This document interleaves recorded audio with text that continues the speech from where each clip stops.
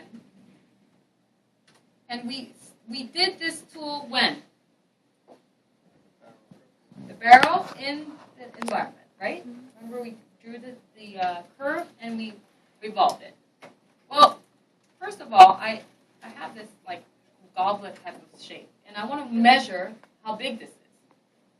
If I go into Create, Measure Tools, Distant Tool, what I can do is I can get the top and bottom. Actually, now it's on.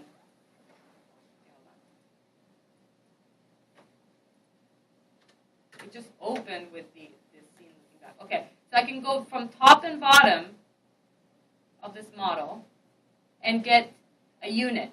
Now this is 70.149559. Well, what is that? It's actually 70 centimeters. Okay, so we're going to be working with inches, or we're going to be working with feet if you're in America, right? Unless you can do centimeters. Let me create a simple cube.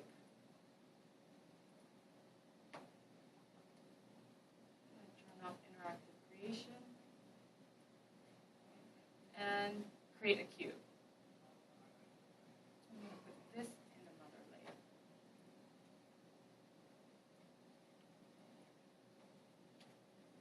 Okay, so this cube is actually quite small, right, compared to the glass. That glass is really gigantic. Now, if I want to measure this cube, I'm going to go ahead and go into Measuring Tools, Distant Tool. And here I'm going to actually click on the corner point, which requires me to press the V key. And now that's giving me a unit of 1.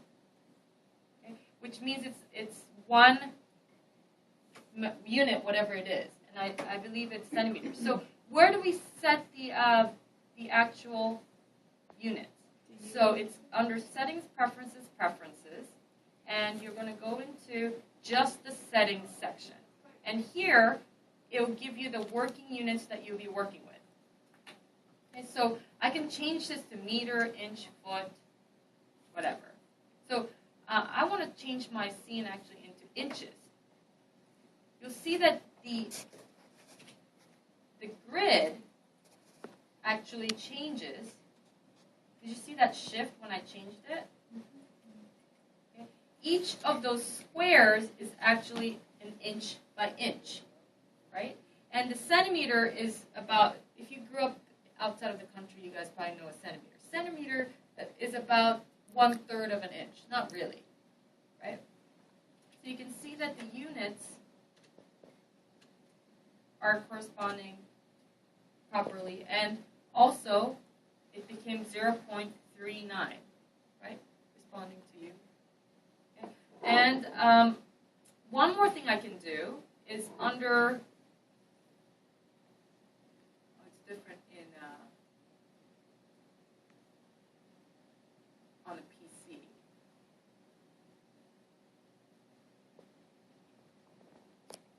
Hold on one second.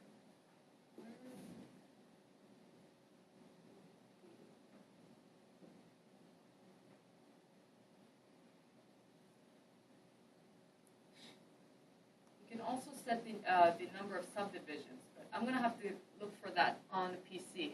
It's different on the Mac. On the Mac, it'll be under Maya and Preferences, but I think on the PC it's somewhere else. Okay, so that's not as important right now. What we need to know is that you can set it up in here in the Preferences. Okay, so really with this little cube, it's not that important. But let's say we want to create a glass that's about 6. How big is a glass? Like 6 inches. Or wine glass is maybe like almost a foot, right? 12 inches.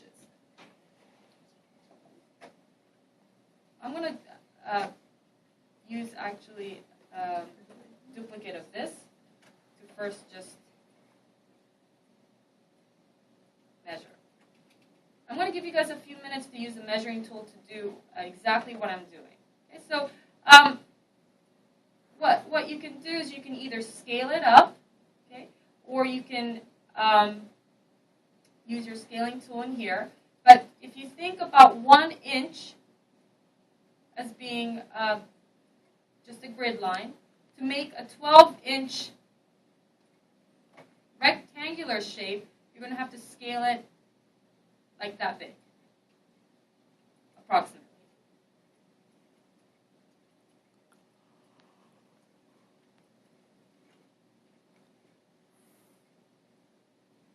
Okay. And then let's say you're building a character or a model and it's slightly rotated, right? So it's not really going to be 12 inches, but it's approximate. Okay? Characters are oftentimes not standing totally upright.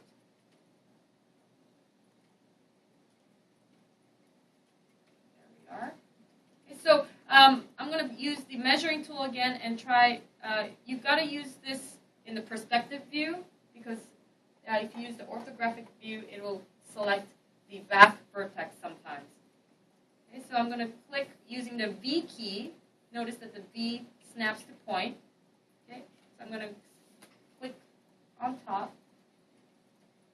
and click V on the bottom, and it will give me approximately 12 inches. This is inches, right? Okay, so I'm going to give you guys a couple of minutes to figure this out.